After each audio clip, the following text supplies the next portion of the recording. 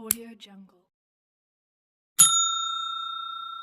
Hello दोस्तों, नमस्कार। राजस्थान का भूगोल टॉपिक वाइज हम यहाँ पर 25 क्वेश्चन देखने वाले हैं साथियों। सीरीज अति महत्वपूर्ण होने वाली है आपके लिए। और आज का टॉपिक है राजस्थान का अपवा तंत्र, नदियाँ, झीलें और बांध। इनसे रिलेटेड कुल 25 क्वेश्चन यहाँ पर देखेंगे। चैनल पर पहली बार देख रहे हो तो चैनल को ज़रूर सब्सक्राइब करें। तो शुरू करते हैं आज की सीरीज को और देखते हैं आज का पहला क्वेश्चन क्या है। साथियों देखो, यहाँ पर आज का पहला क्वेश्चन है, लूणी नदी का उद्गम स्थल या फिर लूणी नदी का उद्गम कहाँ से होता है। क्वेश्चन अति महत्वपूर्ण है। लूणी नदी का उद्गम कहाँ से होता है तो याद रखना, यहाँ पर क्वेश्चन अति महत्वपूर्ण है साथियों। ये अजमेर की नाग पहाड़ियाँ, लूणी नदी का उद्गम होता है अजमेर की नाग पहाड़ियों से। और 495 किलोमीटर लंबी यह नदी पूर्णतया बहती है।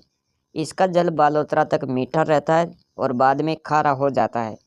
इसके भाव क्षेत्र की बात करें तो साथियों याद रखना, यहाँ पर अजमेर, नागौर, ब्यावर, पाली, जोधपुर, बालोतरा, बाड़मेर, जालौर, गुजरात, ये इनका भाव क्षेत्र है। और इसके बाद में कच्छ के रण में ये क्या हो जाती है, विलुप्त हो जाती है।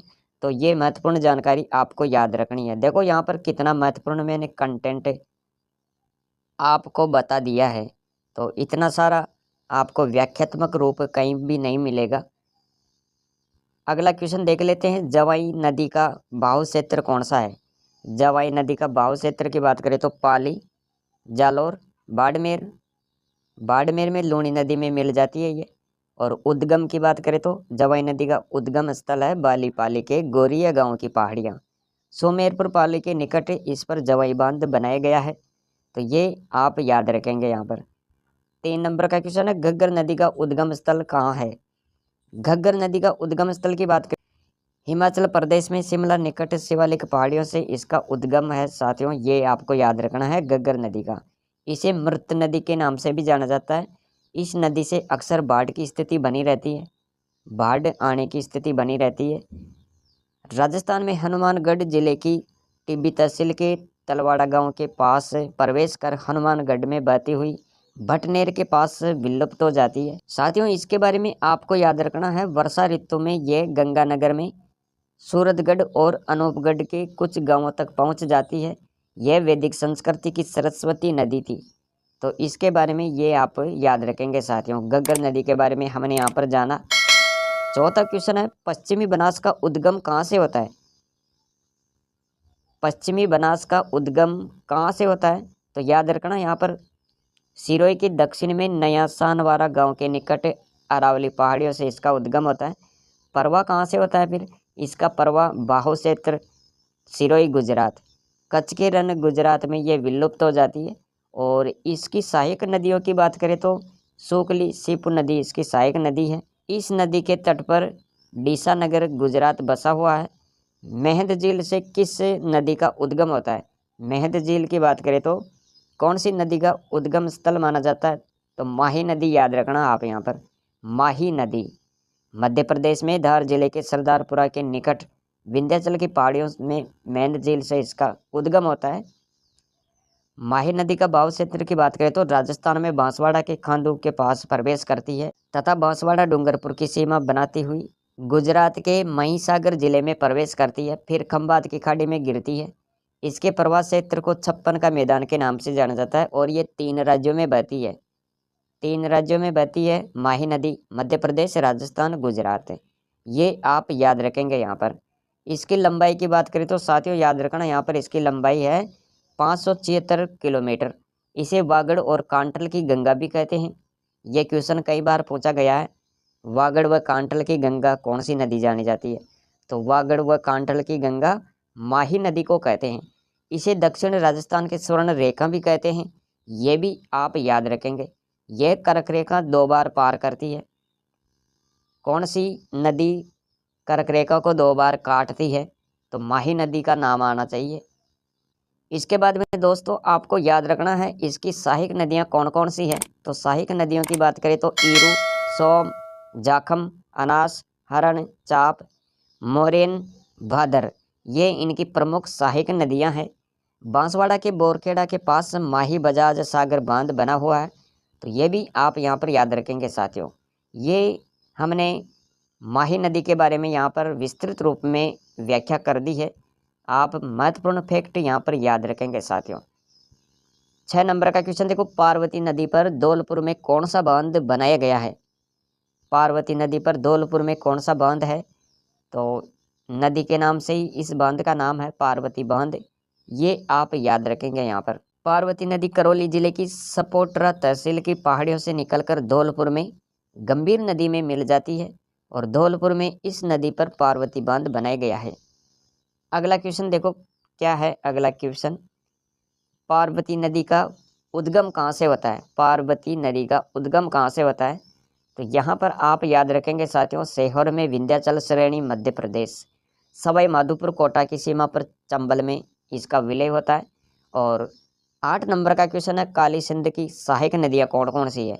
काली सिंध की सहायक नदियों की बात करें तो आहू, परवन, आमजार, चोली, उजाड़, ये इनकी प्रमुख सहायक नदियां हैं। और काली सिंध के उद्गम की बात करें तो इस नदी का उद्गम कहाँ से होता है? देवास मध्य प्रदेश, याद रखें, देवास मध्य प्रदेश के पास बागली गांव की पहाड़ियों से इनका उद्गम होता है। राजस्थान में ये प्रवेश करती है झालावाड़ के रायपुर के निकट। राज्य में यह झालावाड़, कोटा और बारां की सीमा पर बहती हुई कोटा की चंबल नदी में मिल जाती है। अगला क्वेश्चन देखो, यहाँ पर क्वेश्चन है 9 नंबर का, जाखम नदी का उद्गम कहाँ से होता है? जाखम नदी की बात करें तो साथियों इसका उद्गम स्थल है छोटी सादड़ी, प्रतापगढ़। सोम का उद्गम खेरवाड़ा में ऋषभदेव उदयपुर के निकट बीछामेड़ा की पहाड़ियों से होता है। यह भी आप याद रखेंगे यहाँ पर। 10 नंबर का क्वेश्चन है, चंबल नदी का उद्गम कहाँ से होता है? चंबल नदी का उद्गम कहाँ से होता है? तो महू मध्य प्रदेश, विंध्याचल पर्वत की जानापा पहाड़ी, याद रखें, यहाँ से इसका उद्गम होता है चंबल नदी का। और इस नदी की कुल लंबाई की बात करें तो 1051 किलोमीटर यह लंबी नदी है और यह बारहमासी नदी है साथियों। चंबल नदी 3 राज्यों में बहती है। 3 राज्य कौन कौन से? मध्य प्रदेश है, राजस्थान है, उत्तर प्रदेश है। चंबल यमुना की मुख्य सहायक नदी मानी जाती है और सर्वाधिक भीड़ क्षेत्र इसी नदी क्षेत्र में पाया जाता है। सर्वाधिक भीड़ चंबल नदी के क्षेत्र में। और नदी का बहाव क्षेत्र की बात करें तो नदी का बहाव क्षेत्र उत्खात स्थलाकृति का है। ये आप यहाँ पर याद रखेंगे। इस नदी पर कौन कौन से बांध बनाए गए हैं चंबल नदी पर? तो यहाँ आपको याद रखना है गांधी सागर बांध, राणा प्रताप सागर, जवाहर सागर बांध और कोटा बैराज। साथियों और क्या याद रखेंगे इस नदी के बारे में? चंबल नदी के बारे में आपको याद रखना है ये राजस्थान में प्रवेश करती है 84 गढ़, ये स्थान आपको याद रखना है। और इस नदी को किन किन नामों से जाना जाता है? तो यहाँ पर आप याद रखेंगे साथियों, इसे कहते हैं चर्मणवती नदी, कामधेनु नदी, ये सब इसके नाम है, उपनाम है। तो ये चंबल नदी है। और अगली नदी है आहू नदी। और आहू का उद्गम स्थल की बात करें तो ये आपको याद रखना है 11 नंबर के क्वेश्चन में। आहू का उद्गम कहाँ से होता है? तो सुसनेर मध्य प्रदेश के निकट से निकलकर ये झालावाड़ में नंदपुर के समीप प्रवेश करती है तथा कोटा और झालावाड़ की सीमा पर बहती हुई गागरोड झालावाड़ में काली सिंध में मिल जाती है। ये आप यहाँ पर याद रखेंगे साथियों। 12 नंबर का क्वेश्चन देखो, यहाँ पर 12 नंबर का क्वेश्चन है, वन की आशा किस नदी को कहते हैं? वन की आशा किस नदी को कहते हैं? तो वह है बनास नदी। बनास नदी का उद्गम होता है खमनौर की पहाड़ियों से, राजसमंद से। और इस नदी के तट पर बांध बनाया गया है कौन सा? बीसलपुर बांध, टोंक जिले में। और यह पूर्णतः राजस्थान में बहने वाली सबसे लंबी नदी मानी जाती है, जिसकी लंबाई कितनी है? 512 किलोमीटर। इसके बारे में आपको याद रखना है ये बरसाती नदी है। राज्य में इसका जल ग्रहण क्षेत्र सर्वाधिक है। और सहायक नदियों की बात करें तो यहाँ पर दाईं तरफ से मिलने वाली नदी है बेड़च मेनाल। बाईं तरफ से कौन कौन सी नदियाँ मिलती है इसके बारे में आप याद रखेंगे साथियों। बाईं तरफ से मिलने वाली नदियाँ हैं कोटारी है, खारी है, डाई, ढील, सोहादरा, मोरेल, कालीसेल। 13 नंबर का क्वेश्चन देखो, यहाँ पर बेड़च का उद्गम स्थल है। बेड़च नदी का उद्गम स्थल क्या माना जाता है? तो उदयपुर, याद रखना, यहाँ पर गोगुंदा की पहाड़ियाँ उदयपुर, बेड़च नदी का उद्गम स्थल है ये। और उदयपुर, चित्तौड़गढ़, भीलवाड़ा में मांडलगढ़ तहसील में बिगोद के निकट बनास में मिल जाती है। मेनाल नदी भी इसमें मिल जाती है साथियों, ये भी आप याद रखेंगे। इसके संगम स्थल को त्रिवेणी के नाम से जाना जाता है, त्रिवेणी। और प्रारंभ में इसे आयड़ नदी के नाम से तथा उदय सागर झील के उपरांत इसे बेड़च नदी कहते हैं। चित्तौड़गढ़ के अप्पावास गांव के निकट इस नदी पर कौन सा बांध बनाया गया है? गोसुंडा बांध, याद रखें यहाँ पर। अगला क्वेश्चन देखो, गंभीर नदी का उद्गम कहाँ से होता है? गंभीर नदी का उद्गम स्थल की बात करें तो साथियों यहाँ पर आपको याद रख लेना है, करौली तहसील करौली से। प्रवास क्षेत्र करौली भरतपुर उत्तर प्रदेश से, धौलपुर उत्तर प्रदेश के मैनपुरी जिले में यमुना में मिल जाती है ये। पांचनाव व पार्वती इसकी सहायक नदियां हैं। 15 नंबर का क्वेश्चन है, बाणगंगा का उद्गम स्थल है। बाणगंगा का उद्गम स्थल है बेराट की पहाड़ियाँ, कोटपुतली बहरोड, याद रखें। प्रवास क्षेत्र है साथियों जयपुर, कोटपुतली बहरोड, दौसा, भरतपुर। विलय होता है यमुना में। बाणगंगा यमुना में मिल जाती है और लंबाई है इसकी 240 किलोमीटर। ये है बाणगंगा नदी। अगला क्वेश्चन देखते हैं, कांतली नदी का उद्गम कहाँ से होता है? सभी क्वेश्चन अति महत्वपूर्ण है साथियों, और इससे आपको प्रमुख नदियों की भी जानकारी मिलेगी, क्योंकि प्रत्येक क्वेश्चन यहाँ पर व्याख्यात्मक रूप में है। तो वीडियो पसंद आ रहा है तो वीडियो को लाइक जरूर करें। कांतली नदी का उद्गम कहाँ से होता है? खंडेला सीकर से होता है साथियों। प्रवास क्षेत्र है इसका सीकर झुंझुनू। विलय चूरू झुंझुनू सीमा पर विलुप्त होती है ये। और बाहु क्षेत्र को क्या कहते हैं? तोरावाटी कहते हैं। इसके बाहु क्षेत्र को तोरावाटी कहते हैं, ये भी आप याद रखेंगे यहाँ पर। अगला क्वेश्चन देखो यहाँ पर, अगला क्वेश्चन है 17 नंबर का क्वेश्चन, कांकनी नदी किस जिले से संबंधित है? कांकनी नदी की बात करें तो साथियों याद रखें जैसलमेर। यह जैसलमेर से संबंधित नदी है जो कि जैसलमेर में ही विलुप्त हो जाती है, ये आप याद रखेंगे यहाँ पर। इसका उद्गम होता है कोठारी गांव जैसलमेर से, और इसका पानी कभी कभी भुज झील में भी चला जाता है, तो यह भी जानकारी आप यहाँ पर याद रखेंगे। और इस नदी को क्या कहते हैं? मसूरदी नदी के नाम से भी इसे जाना जाता है। अगला क्वेश्चन देख लेते हैं। अगला क्वेश्चन है यहाँ पर, साबरमती नदी की सहायक नदियाँ कौन कौन सी है? 18 नंबर का क्वेश्चन है ये। तो यहाँ पर साबरमती नदी की सहायक नदियों की बात करें तो वाकल, सई, हतमती, मेसवा, माजम, मानसी, पारवी। और उद्गम है कोटड़ी उदयपुर से। प्रवास क्षेत्र है उदयपुर गुजरात।